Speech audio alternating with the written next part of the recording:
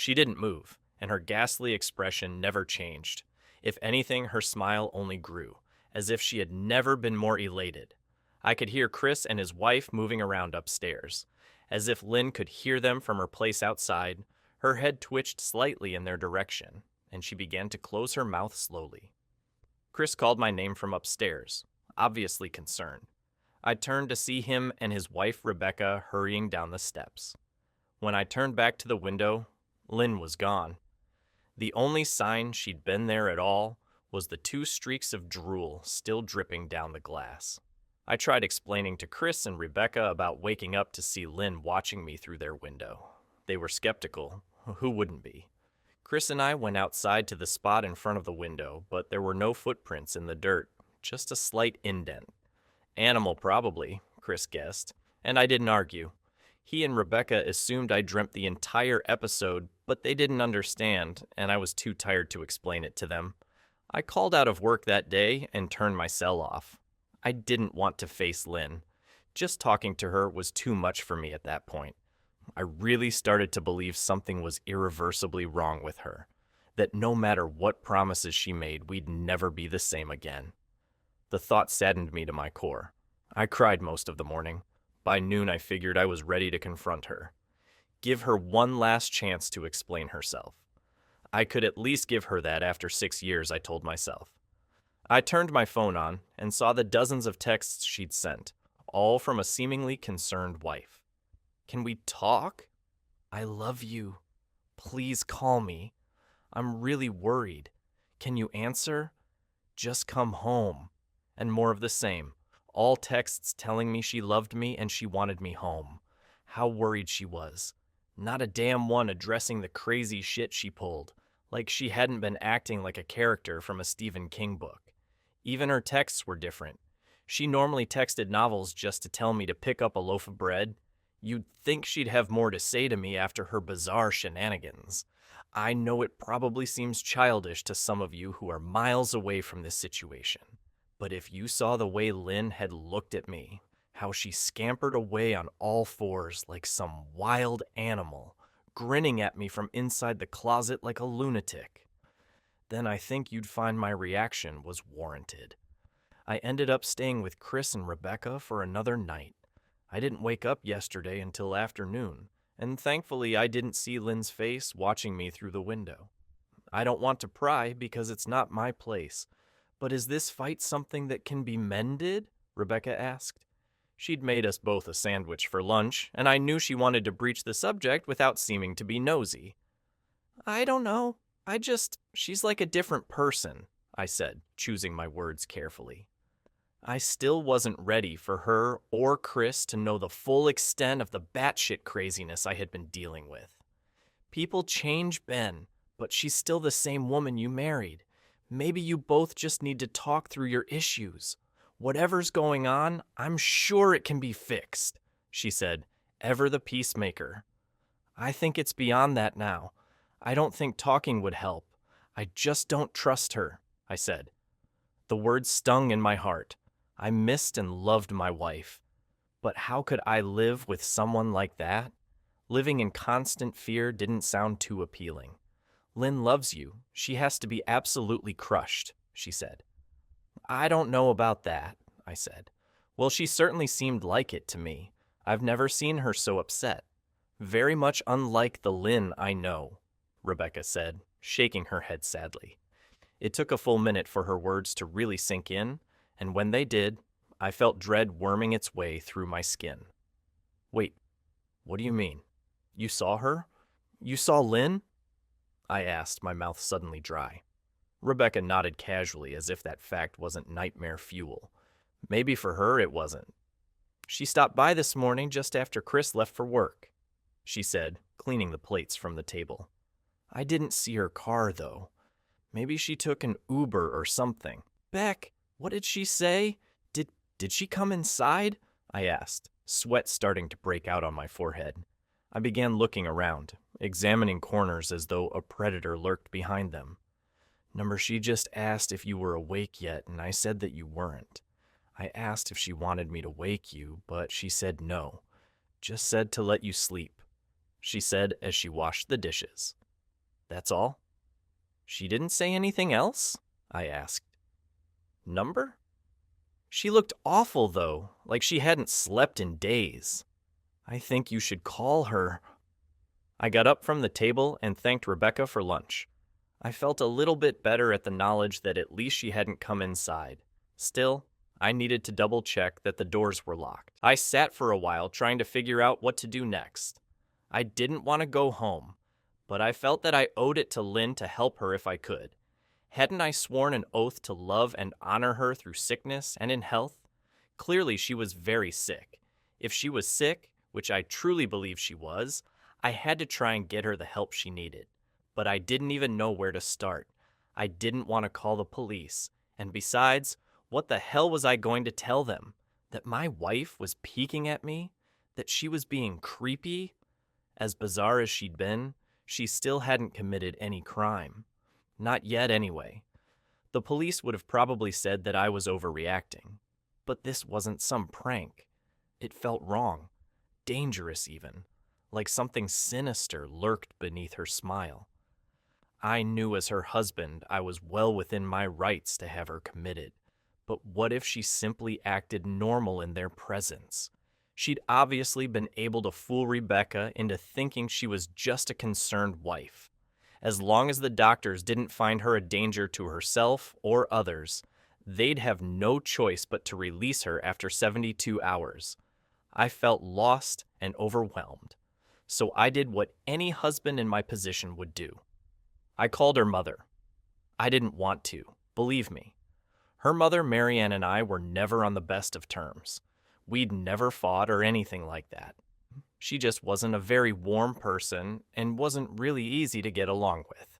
She hardly ever smiled, and when she did, only her lips would move into a thin-lipped smile, leaving her eyes as blank as before.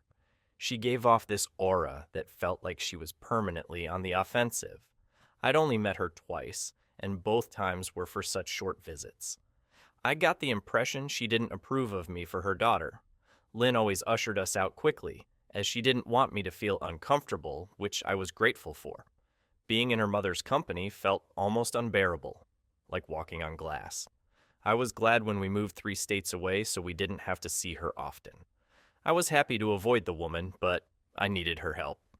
I really didn't want to talk to her at all, but I had to talk to someone, and someone who knew Lynn better than I did. So I grit my teeth and did what I had to.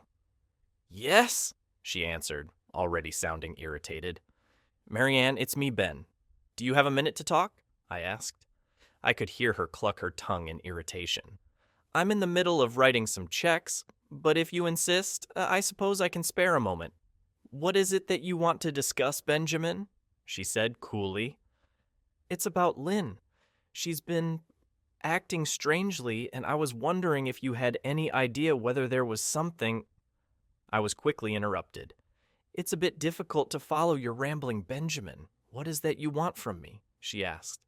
I could almost see her standing there in her thin sweater and slacks, tapping her fingernails impatiently on the table. "I wanted to know if you'd ever noticed any odd behavior, or possibly any mental health issues," I asked. There was a long, uncomfortable pause that I couldn't tell was because she was just thinking, or something else. Finally, after a few seconds, she spoke. "I'm not sure if this is one of your jokes, Benjamin, but if so, I don't find the humor in it. Now, I do have business to attend to, as I've said, so if you don't mind," she said, but I cut her off before she could get rid of me.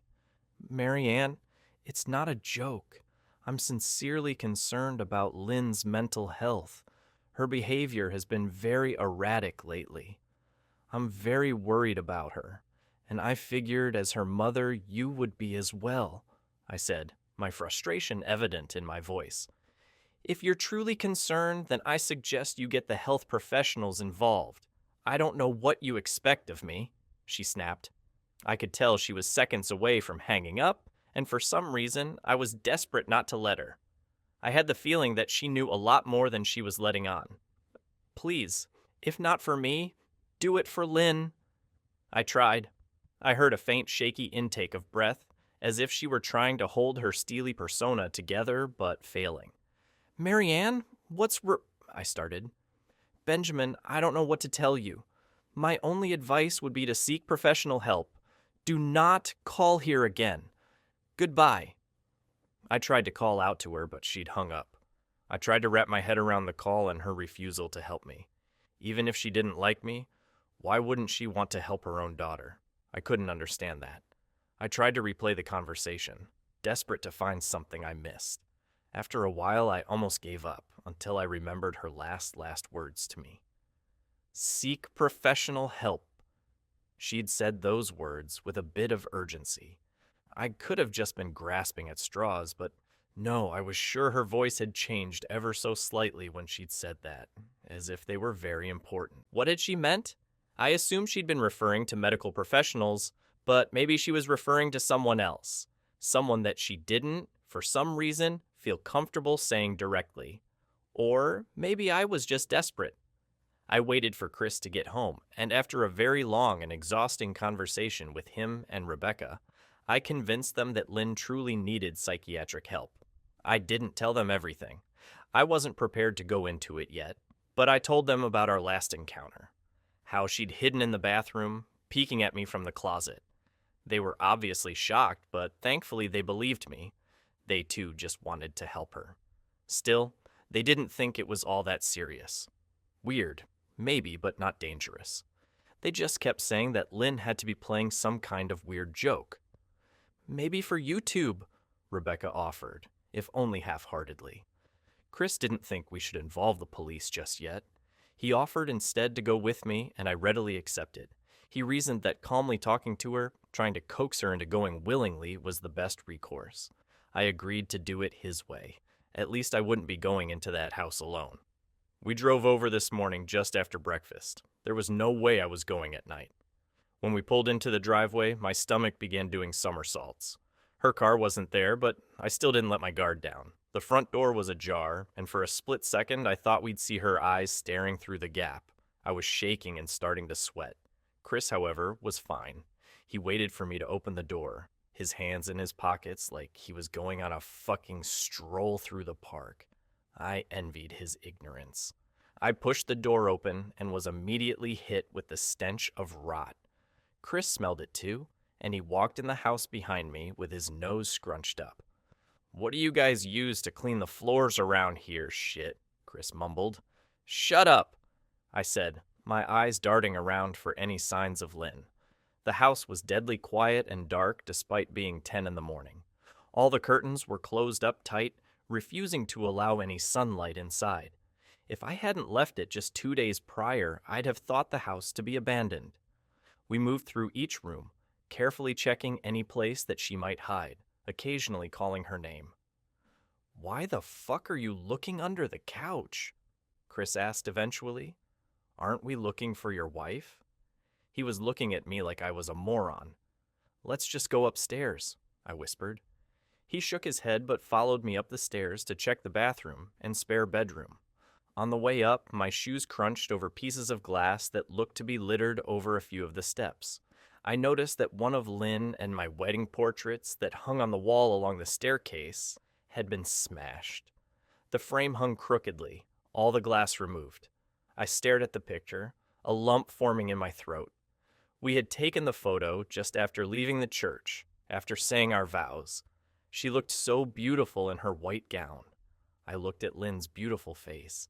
I never dreamed her face would ever be a source of terror for me. We climbed the rest of the steps and checked the spare bedroom, but it looked completely untouched. I was hesitant to go into the bathroom, my fear from that night coming back to me all at once. Chris noticed and offered to go in by himself, but I couldn't let him do that. So we walked in together, checking the closet and the shower. The bathroom looked as if it hadn't been touched since the night I left. "I don't think she's here, Ben. Why don't you pack some clothes and we'll try coming back tomorrow or something?" Chris said. I nodded and went into our bedroom and shoved some clothes into a duffel bag. When I checked inside our closet, I came across the source of the smell and gagged. Chris took one look and lost all color in his face. He had to go stand by the stairs to get away from the sight and smell.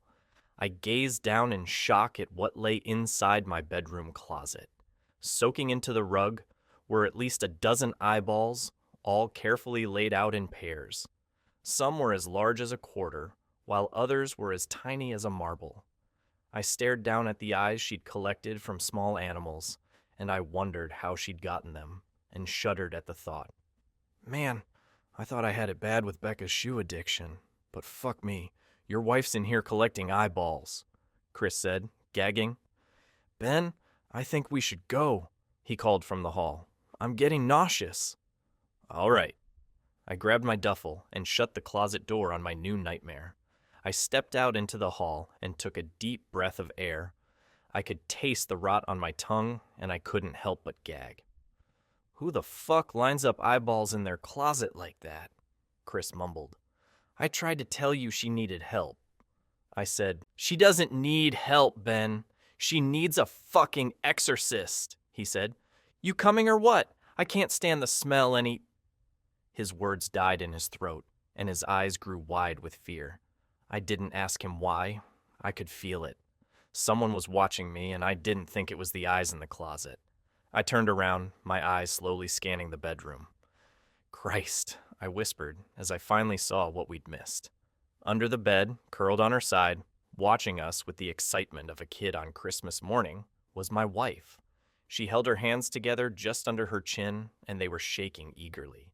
Now that she knew she'd been found, I could hear the quiet noises she was making, a sort of hiccuping sound in her throat, as if the excitement was just too much for her. It was unnerving to say the least. Wide eyes and that same huge smile. Everything in me told me to run, but I forced it away. This was my wife. No matter how twisted, she was still the woman I married. I had to help her. Lynn, I said softly. She didn't respond, but her head bobbed back and forth in two quick little movements as if she were nodding. Baby, I just want to help, okay? Can you let me do that? I asked. I had taken a single step forward, approaching her like some kind of dangerous animal. I love you, Lynn, I said softly, taking another step closer. She let a tiny moan escape her wide open mouth, and I had to resist the urge to run. Her shoulders were starting to quiver, and her eyes grew as large as saucers. I crouched down so I could see her better, and immediately saw the blood. Her hands were covered in it. They trembled more the closer I got, as if she was barely able to contain herself. Lynn, are you hurt? You're bleeding, I said. She bobbed her head again, her bloody fingers moving up and down as if playing an invisible piano. They occasionally grazed her chin, leaving smears of blood on her skin. I wanted to recoil in disgust. The smell that was coming off of her was revolting. I could feel the vomit trying to climb up my throat. Her lips were dry and stretched thin, blood seeping between the cracks. I knew she wouldn't come out on her own, but I didn't want to leave her in the state she was in. I scooted closer and reached out to her. The excited hiccuping sounds got louder, and her hands shook, fingers flexing. It was then that I could see the blood oozing from in between her fingers. Oh my God, Lynn, you're bleeding, I said. Instinctively, I reached out to take her hand, but before I could even touch her, her hand sprang out towards me. A sharp pain shot through my arm, and I fell back on my ass. My arm burned, and I could see the blood dripping down onto the carpet. I looked back at her in shock and saw her grinning madly, her fingers clutching a large shard of glass. You all right in there? Chris asked from behind me. I turned my head slightly and nodded to him, cradling my arm to my chest. When I turned back to face Lynn, I saw that her focus had shifted.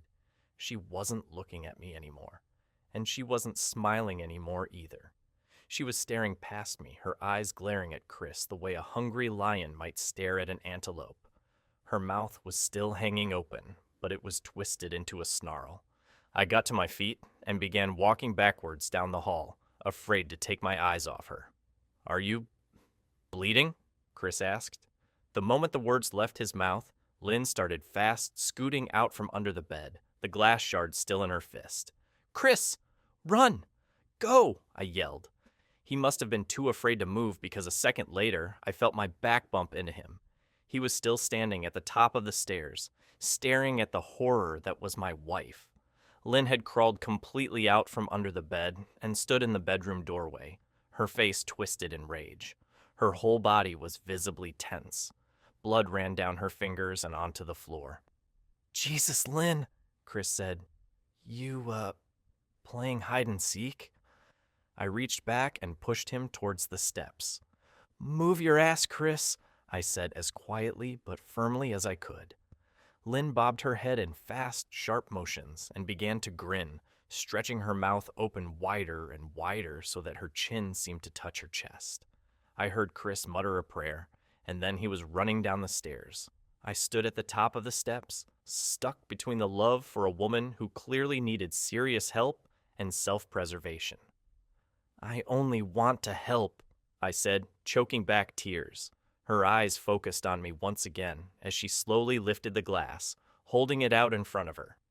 And then she started sprinting towards me, grinning with utter excitement. Thankfully, my body took over, and I flew down the stairs, skipping 2 or 3 at a time. I made it to the front door before I felt her leap onto my back, wrapping her arms around my neck, her open mouth next to my ear so that I could hear those terrible hiccuping sounds up close. I shook her off me, knocking her to the floor. I felt a searing pain in my back as she went, but I tore open the front door and bolted to my car. Chris was standing in the front yard, talking on the phone with the police. I didn't say a word.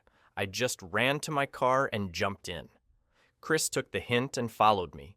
Still on the line with 911, I watched the rearview mirror. Sure I'd see her there, running after us. But I never did. I went straight to the ER and got 11 stitches in my arm and 3 on my back. The police asked a lot of questions and went back to the house to do a search. But of course, Lynn wasn't there.